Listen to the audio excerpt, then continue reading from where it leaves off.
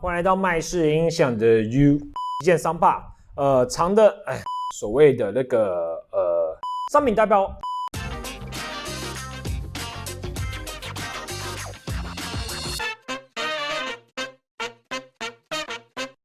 Hello， 大家好，欢迎来到麦式音响的 YouTube Channel。那现在时间呢是8月12号礼拜一的晚上11点57分。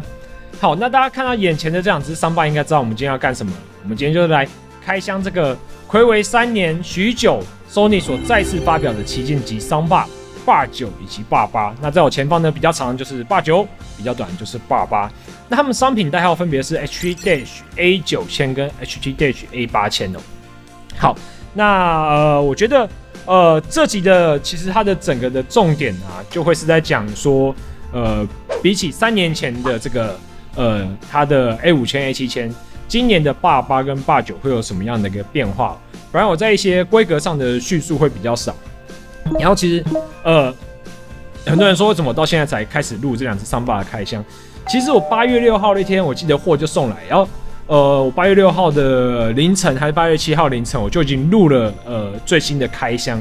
但是因为我后来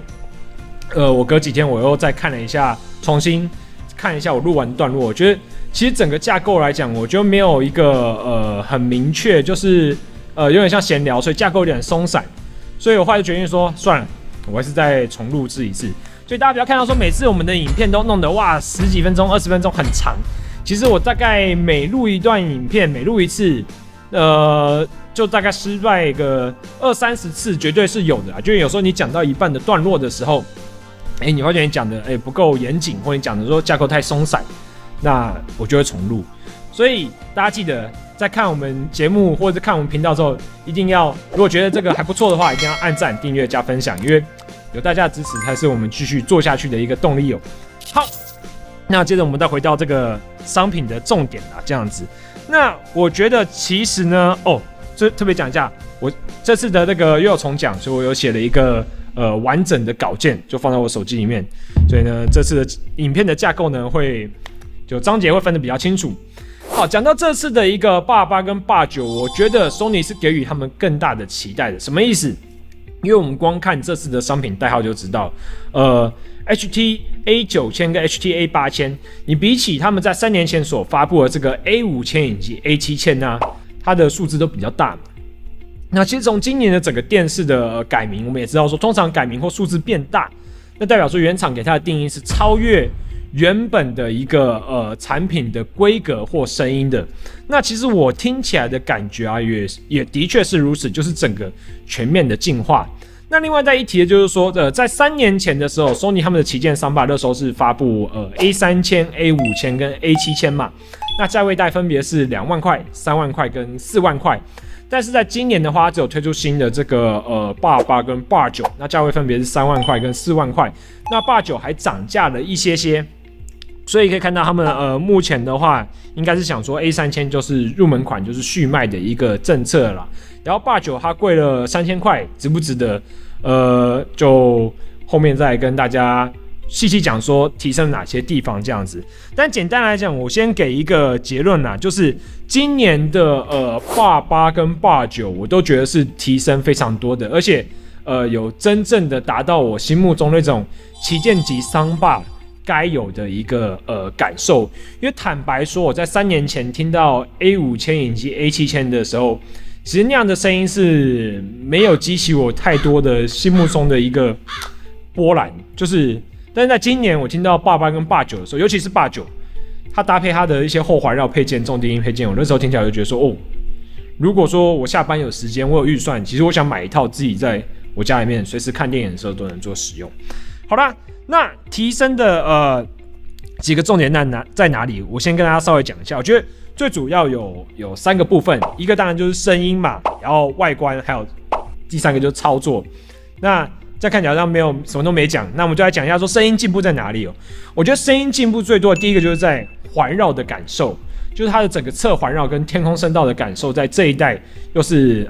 强力的去做加强，就它整个天空声道的定位感、侧环绕的宽广的程度都非常的明显。那第2个就是清晰度，比起以往 A5000 跟 A7000， 它比较那时候声音我觉得气势是有 ，echo 那种回音感是有，但比较糊一点。所以你看电影的时候，你就觉得这个声音的渲染力比较差一些。那第三个就是说低音的加强。今年的爸八跟爸九，尤其爸九，我觉得它完全是可以单独不加重低音使用，这个是没有问题的那当然加了重低音更是如虎添翼。好，那第二个就是外观的部分今年的外观的部分我们待会会细讲，但我简单讲，我觉得外观的质感是有提升的。那我觉得最重要一点是在于说它的体积是缩减的，所以你在居家摆放的时候，尤其是现在家越做越小，小体积的桑巴，我觉得是摆放起来对空间来讲比较舒服，对视觉来讲也是很舒服的。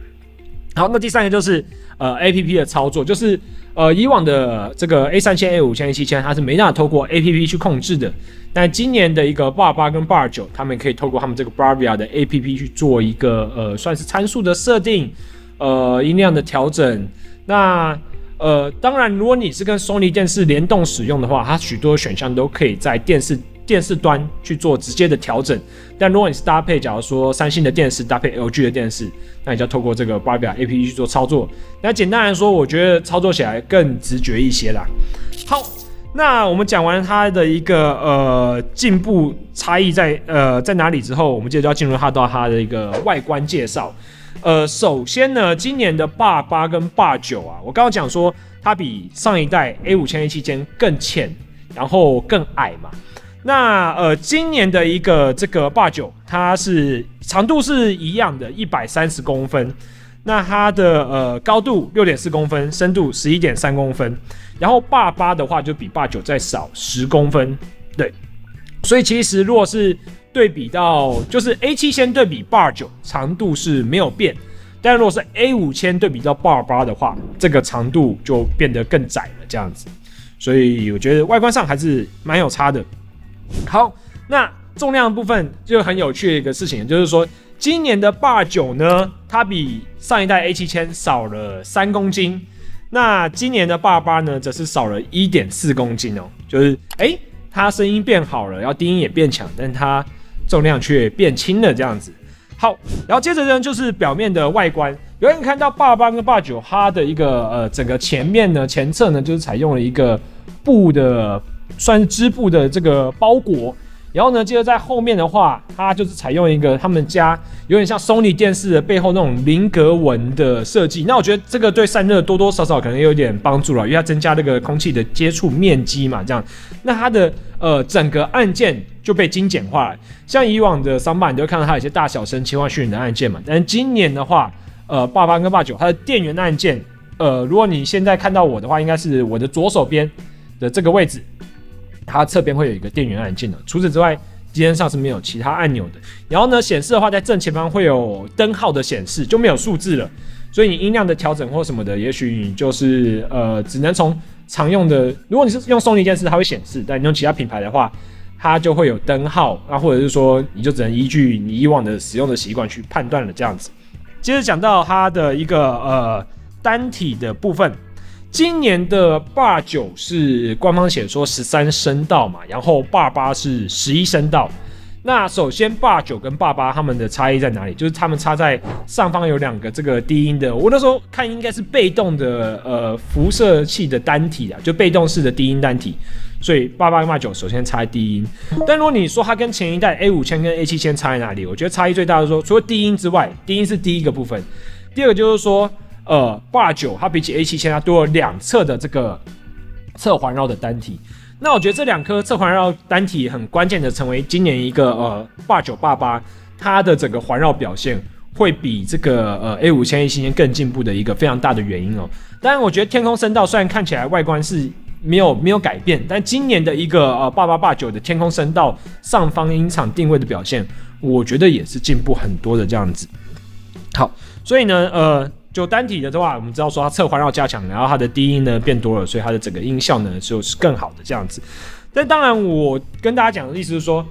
你有时候看广告文宣会有什么11声道、13声道、15声道、17声道、100声道，就是有时候那是一个数字。为什么？因为单体这个东西啊，就好像车子的引擎一样，就是单体有$3一颗，有$30一颗，$300一颗，$3000一颗的，所以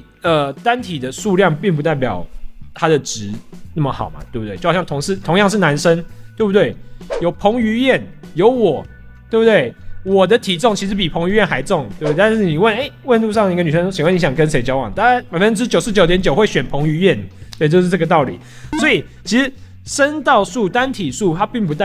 绝对代表一个音响的好跟坏，实际上我们还是要去耳听为凭。好，那既然我们讲完了单体之后，我们讲它的接孔。其实今年的888跟89的接孔是完全的精简的，因为在以往的话，你会看它有一些类比 3.5mm 的输入有光纤接孔，那今年的话都把这些砍掉，它只剩下 HDMI 的一进一个输入一个输出，然后还有他们自己家最经典的那个 S Center， 就是跟电视连接联动的一个功能呢。所以呢，就是你说这样有什么样？这样是缺点吗？还是其实没有差？我的感受来讲，其实我觉得，把光纤跟 3.5mm 输入砍掉是比较没差的啦。然后还有一个什么 USB 输入把那个也都砍掉，我觉得其实这对你的日常使用来讲，其实是没有差别，因为大部分人现在正常使用还是透过 HDMI 的 EARC 去连接它的一个就是电视跟音响。那这个 HDMI 输入呢，它目前官网上写的就是他们官网都只有写 4K 60p 的一个规格，但是我在想啦，这个应该都是跟 A9N2 都是用同一个输入模组，所以你之后它应该会写上说支援这个 VR 支援这个 ALM， 然后支援这个 4K 120Hz 的一个规格，然后在想这个应该都是一致的这样子。所以呢，如果你是极度的重度的游戏玩家，我们有讲过，你可以先把你的 PS5 先接到你的这个88或89，再把你的88、89接到你的电视，这样子的话，你就可以得到一个职业级、电竞级的一个无延迟的游戏感受。那当然，如果你本身对延迟这个事情不是很敏感的观众朋友，那我建议你，其实你就一样把你的所有设备接到电视再透过 ERC 送声音给音响就可以了。好，那我们讲完了这个接孔之后，我们就来讲说稍微提一下 S Center 啊 ，S Center 就是它是跟这个电视连接的，然后就是用意是什么意思？你以往的Soundbar接到电视的时候，一般的Soundbar它会把电视静音，然后只播放音响的声音。那他们现在每个品牌的电视都会越来越强调说要跟自家的Soundbar去做一个配合，所以呢，他们现在做的一个事情就是说，同品牌的电视跟同品牌的Soundbar做搭配的时候，让电视喇叭跟这个Soundbar的单体一起去做发声，就是简单来讲，你不会因为买了好电视就浪费那个好电视的喇叭啦。但是效果怎么样？我觉得就每一家的这种算法搭配的方式都不一样，还是要看实际的一个状况了啦。那当然，如果你有用 Sony X90 以上的电视，你是可以试试看这个功能的。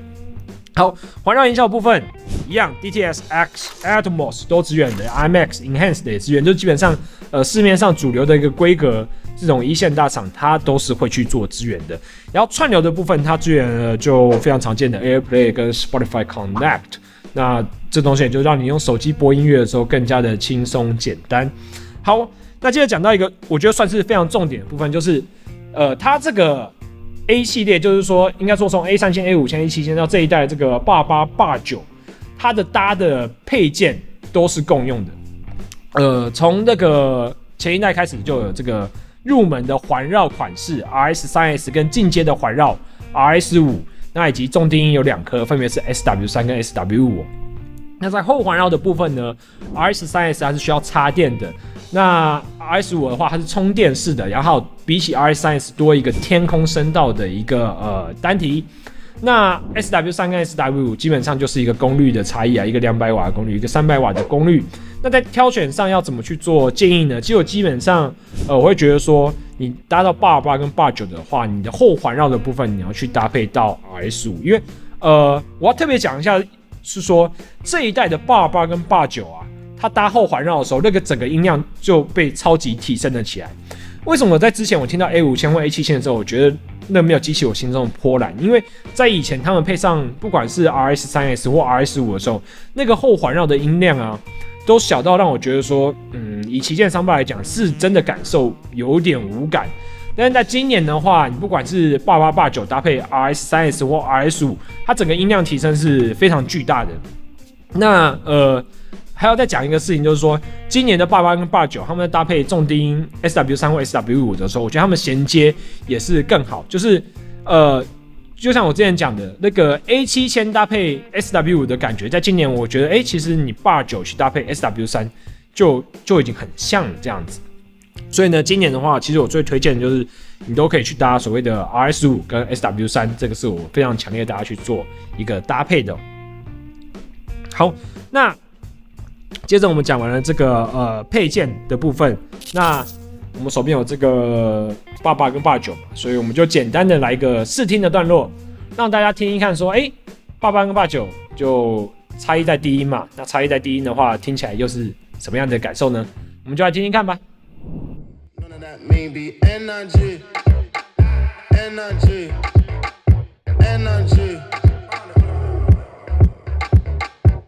Just 5,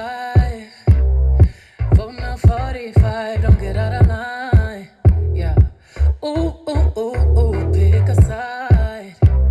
Only double lines we cross is dollar signs. Yeah. Ooh, ooh, ooh, ooh, hold up, wait.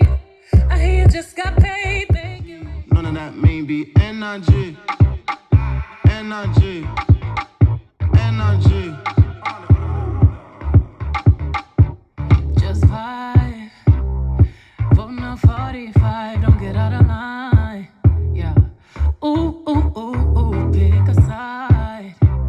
Only double lines we cross is dollar signs. Yeah. Ooh, ooh, ooh, ooh, hold up, wait. I hear you just got paid, making. 怎样面对一切，我不知道。回忆过去，痛苦的相思忘不了。为何你还在拨动我心跳？爱你怎么能了？今夜的你应该明了。怎样面对一切，我不知道。回忆过去，痛苦的相思忘不了。为何你还在拨动我心跳？爱你怎么能了？今夜的你应该明了。第一场瓦斯亚，那是他在倾诉他的真话。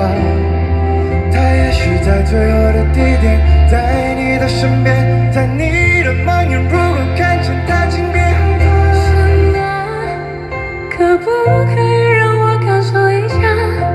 看在我们对彼此都放心不下，就算一阵风一瞥，也一个眼神的触碰，多好啊！而他，第一场瓦斯亚，那是他在倾诉他的真话。他也许在最后的地点，在你的身边，在你的盲眼，如果看见他轻便。神啊，可不可以让我感受一下？看在我们对彼此都放心不下，就算一阵风一瞥，也一个眼神的触碰，多好啊！而他。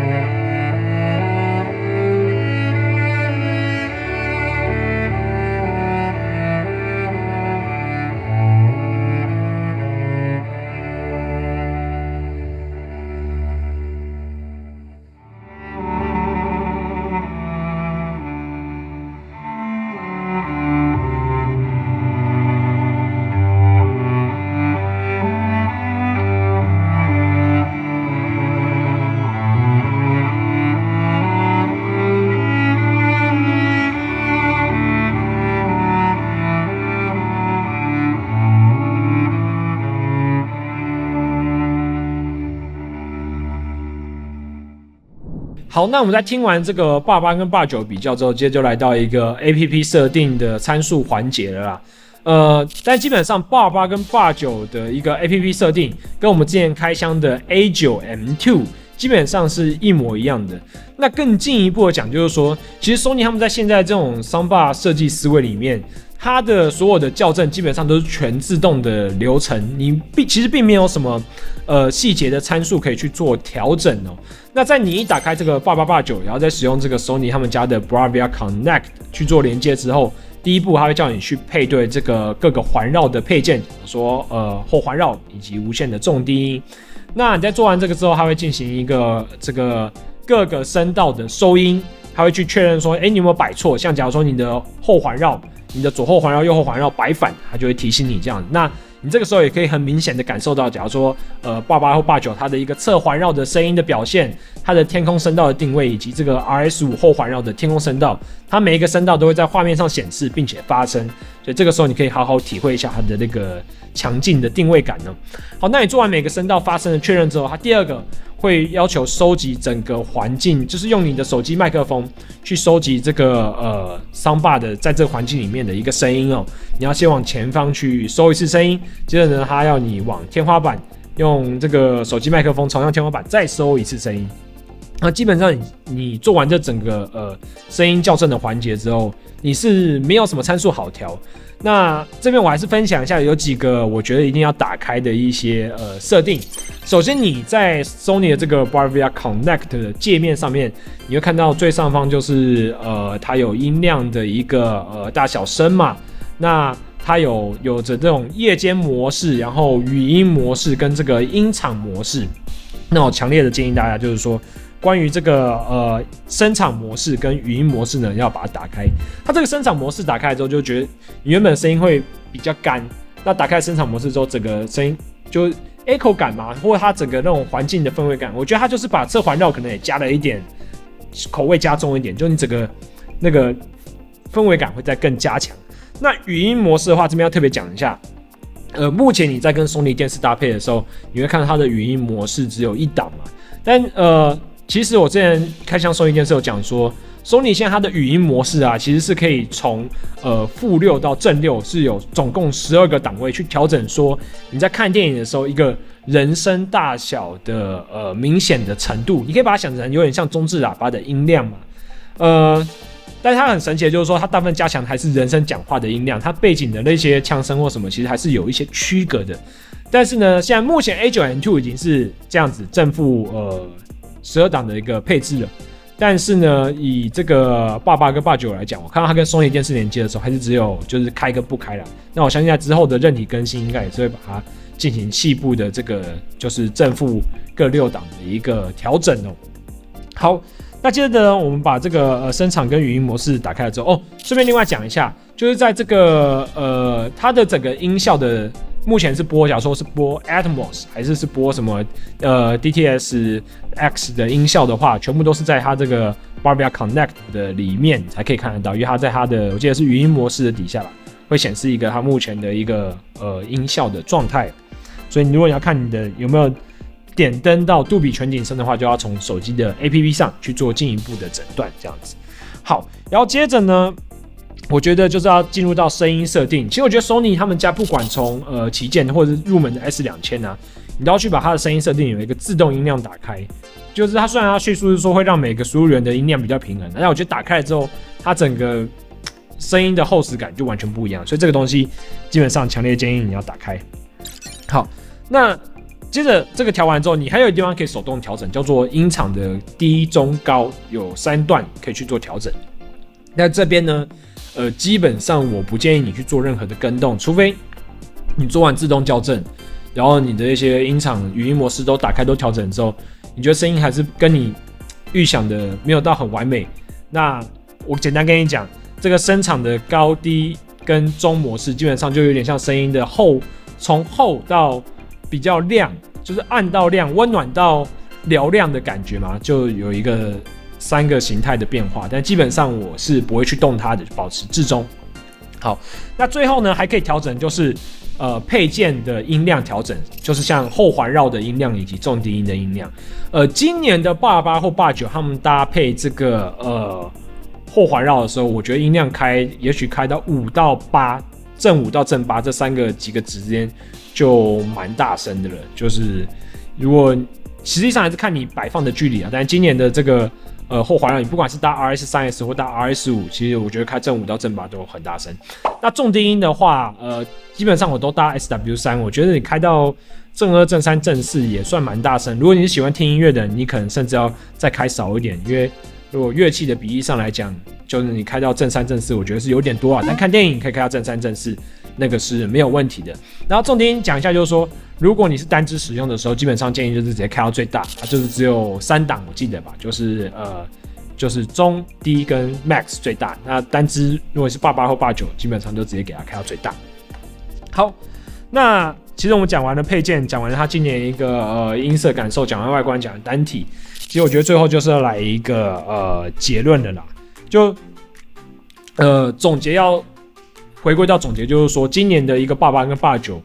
我觉得它跟以往的这3年前的旗舰款是最大的差异，就是在环绕的感受吧，天空声道跟侧环绕。那我要特别讲一下，就是说，因为今年的一个88、89侧环绕跟天空声道的加强哦，然后所以它是可以单支使用的。然后还有更有趣一点，就是说，在我在听89的时候，我发现说，如果它今天它没有配 RS5，它没有配后环绕，它在单一直播放的时候，它是会把原本后环绕的声音给它打到侧环绕去的，就变成说你会得到一个原本像我看《西线无战事》，好像是前面开头不知道1分几秒，就是它有一个片段是一个士兵从壕沟上爬出来，然后有一个子弹会从它，如果你有配 RS5 的话，这个场景会是在右后环绕，它会有一个子弹的声音穿过去。但是如果你没有配后环绕的状态下，你会听到Soundbar的也许是在你的右手上方45度角，感觉会有一个子弹的感觉，声音跑出来。那就那个场景让我印象是非常深刻，因为它的那个子弹的声音是非常的明显。那这只是跟大家讲一下说，今年的一个89他们的环绕表现，就算单支使用的时候，我觉得其实也是非常不错的。但如果88的话，因为我觉得它的低音单支用稍微弱一点，所以它的这个环绕表现其实是稍微有点受影响。所以你要单支用的话，我就只推荐89这样子。好，那接着我们讲到那个清晰度的加强。其实今年的88跟89啊，我觉得清晰度加强，当然说看电影之外，我觉得整个听音乐的感受也是更厉害的。那重低音的加强，我要讲的就是说，今年的89啊，它的低音加强很多，那它搭配了 SW3 之后，我觉得那个基本上就满足大家一般对于这种，就是很多人会说，我是不是要买到 SW？ 但是我通常都直接播一段电子的音乐让大家听听看，说，89加这个或88加上 SW3， 你播放电子的音乐，那个低音懂时大时那种鼓的感觉，你会不会觉得太多，或觉得太少？如果你一听那种89加 SW3 啊，你配电子的音乐，你觉得低音太少，那其实你就马上可以关掉，因为你就是要配到 SW。但我觉得对一般大多数人来讲，今年配到 SW3 就很重了。然后我另外一定要讲一下，就是说，如果你是喜欢听音乐的人啊，今年也是除了清晰度增强之外，它的整个演算法其实我觉得是有进步的。因为像以往在听音乐的时候，搭 RS5 后环绕是没什么感觉，但今年的88跟89啊，我觉得它在搭 RS5 的时候，因为音量也变大了嘛，然后它整个算法怎么讲呢？就是如果你有听过有些音乐，它是会有那种拍手声，或是有那种敲击声。那 Sony 的演算法，它可以很精准的把这些拍手声或者这个敲击声，它给它调到后面的 RS5 的后环绕去。所以你在听这些原本是只有2只喇叭录制就是2声道的音乐的时候，你听起来会像是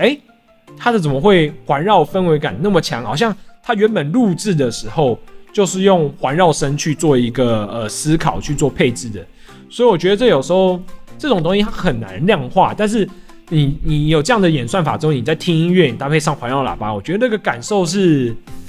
真的是非常沉浸、非常难以言喻的一种感觉。但简单来讲，我觉得是很过瘾。就是我用它听音乐的时候，我是觉得它让我更沉浸在这个听音乐的场景里面，这样子。好，那讲到了它这个跟以前的差异之后，我觉得最后的最后就是要来一个选购搭配的建议了，这样子。那今年的搭配我可以说很好配，也很难配。什么意思呢？在2021年的这个 A7000跟 A5000在买的时候，我觉得啊，我就会直接说要买 A5000，因为在那个时候我觉得 A7000跟 A5000的差距并不够大，加上其实我觉得 A7000那时候听真的，以旗舰商办来讲是价位偏贵，但那个音色我觉得 CP 值稍微低了一点，就相对起来 A5000跟 A7000的差距我觉得没有到很大，那同时 A5000又保有 A7000大部分的一个音色的精髓，所以那个时候如果最有 CP 值的选择，我会选择 A5000。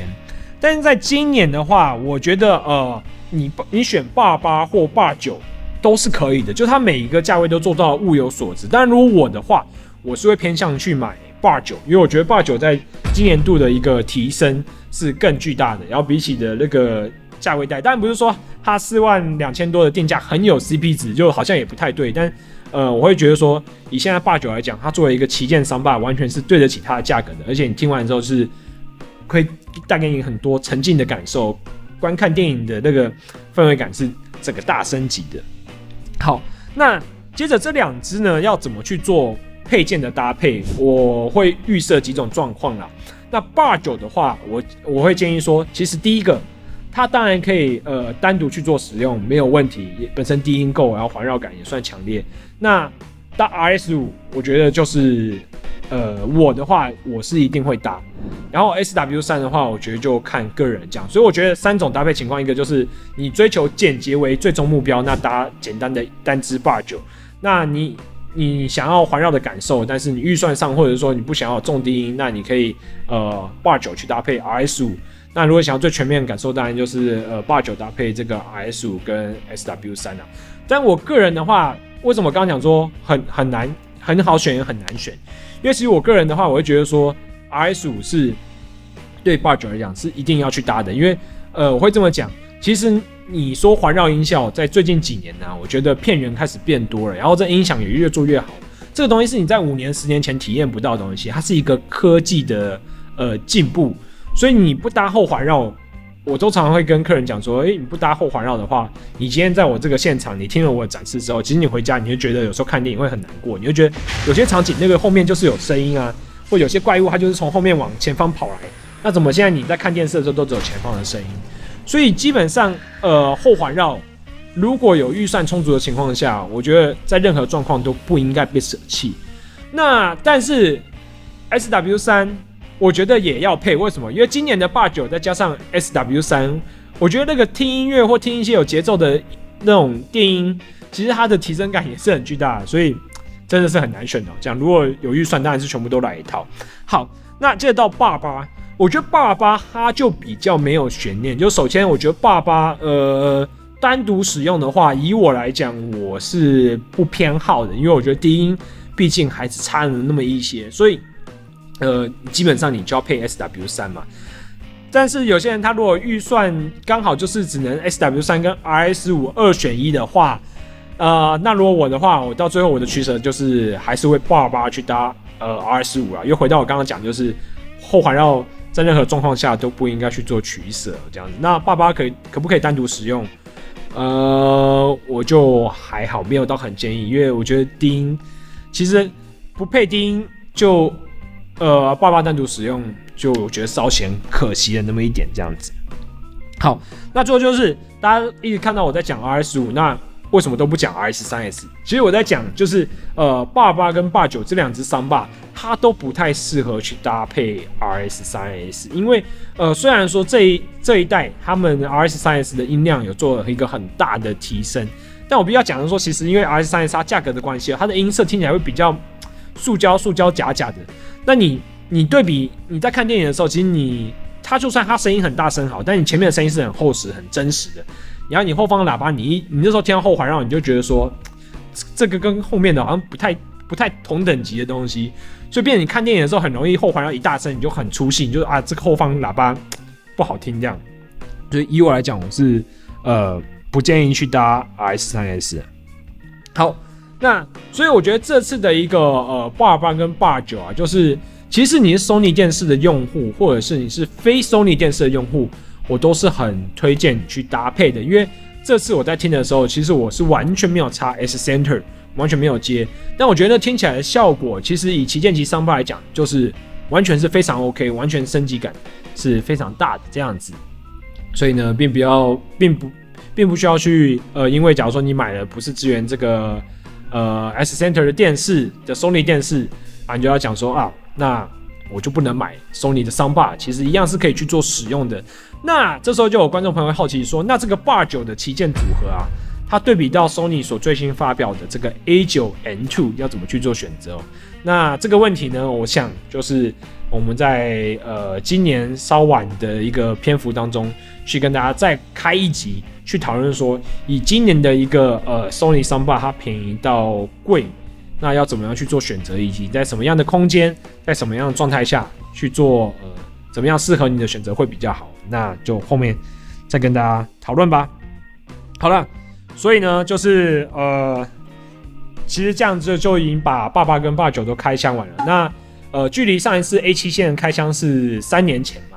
所以如果大家有看过我们A7 线开箱的话，就现在时间过得很快哦，已经过了3年了这样。我常常觉得说，事情或东西是这样，就是旧的时代它会过去，那新的时代会完全的打开来这样。那我觉得今年的一个88、89到 A9N2， 可以说是 Sony Soundbar 在最近几年可以说是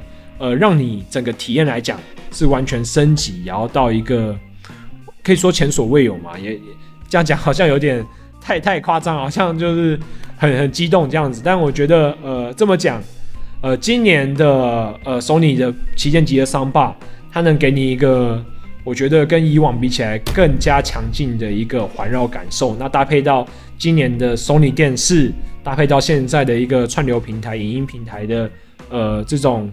环绕音效格式的资源，我觉得这跟以前3-4年前、5-6年前的那种，不管是 Soundbar 产品或者是整个音响组合的搭配起来，那个感受都是非常不一样的。就是我那时候我用了8、9吧，在看了2-3个小时、3-4个小时，我心里面觉得说，哇，这个音响的未来到底是怎么样？就是完全不敢想象，就是现在已经做成好成这样了。那在未来的话，那明年、后年、大后年这种未来的音响产品又是怎么样的？但是呢，我觉得最后一个重点就是说，大家在买东西的时候，还是其实你看了，你有你的最重要的，你有你的预算，然后选定好你要的产品之后，买了，就应该好好的使用。那最重要还是珍惜说你跟家人使用的时间，你跟你的太太、跟你的小朋友去使用的时间，因为硬体它从来都只是硬体，但是它被制造出来最终的目的是要让你的人生的时间更加的幸福，让人生其实不是很长，几十年就过去了这样。那你能用音响的时间也许是更短的，那你能跟家人一起使用的时间，我相信那就是又更少之又少。所以呢，最重要的是让你的人生过得更快乐、更幸福。那我想这才是这些音响或Soundbar他们被制造出来的一个最终的意义哦。好，那我是 Alan， 这次的开箱节目就到这边。那希望下期呢可以跟大家开箱更多的一个好音响跟好电视哦。我们下次见喽，拜拜。